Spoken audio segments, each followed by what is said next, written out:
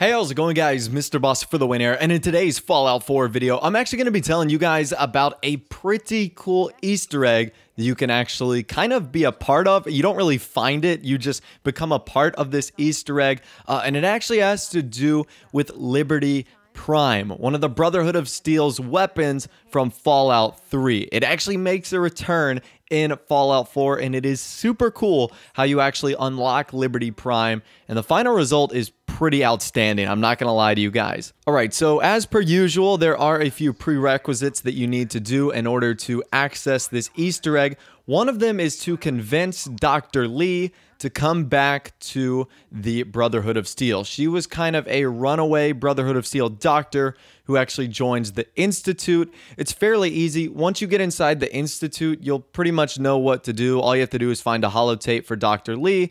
She will return to the Brotherhood of Steel and the Pride Inn, which is their giant dirigible and blimp, and you will then get the mission Liberty Reprimed after talking to Proctor Ingram. And Liberty Reprimed, as it sounds, is going to be the rebuilding of Liberty Prime from Fallout 3, this super mechanized robot that has like nukes and lasers. It's absolutely insane. So there's basically two things you need to do in order to get Liberty Prime back online. One of them is to build his electromagnetic actuators, which probably the hardest part of that is just getting a high-powered magnet, which really you have to go into one of the old hospitals and find a high-powered magnet from there. You should have the other components like screws and fiber optics and circuitry and rubber from just collecting the various things you find in the world of the Commonwealth. So once you have the battery, you're pretty much good from there.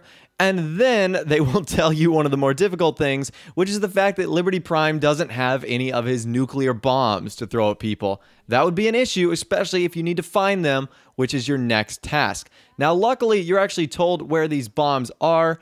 They're actually on the edge of the glowing sea. All you have to do is go there and convince some child of Adam guy that you're going to be his savior and use the nuclear bombs for a good cause.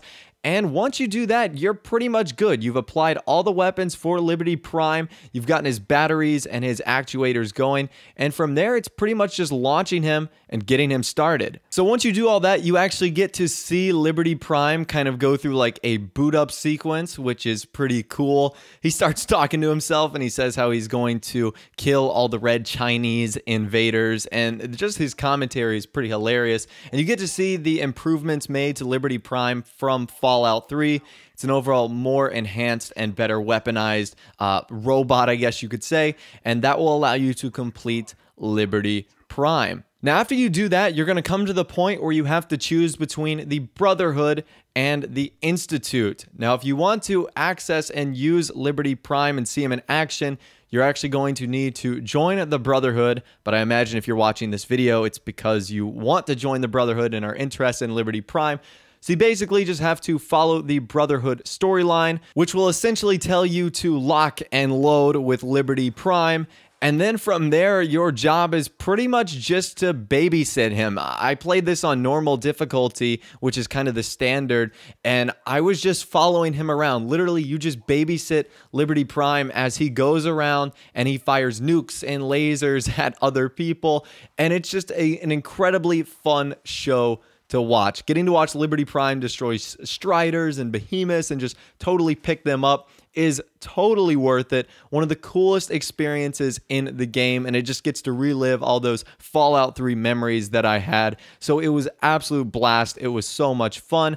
And once Liberty Prime gets to the end of his mission, which is kind of close to the CIT, he's really going to do some crazy damage. He's going to like blast a hole into the ground, actually allowing you to get inside of the Institute. And that's basically what Liberty Prime is used for. And you can see your mission is complete there, form ranks, and that's pretty much it. You get inside the Institute, and that is the last you will see of Liberty Prime. He was pretty much used for one giant bombing run to take out all the synths, and most importantly, to drill a hole to pretty much get you access to the Institute. So it was a pretty long process. I'm not going to lie, getting Liberty Prime reprimed was one of the more challenging things I've done in the game, just because there was a lot of little steps, and obviously you're dealing with nuclear material and whatnot, but it was fun. It was really cool, and obviously getting to see Liberty Prime back in action was one of the coolest parts of Fallout 4. So if you join the Brotherhood, definitely check this out. It is so much fun, and it's a really cool mission. Let me know what you guys think about it in the comments section down below.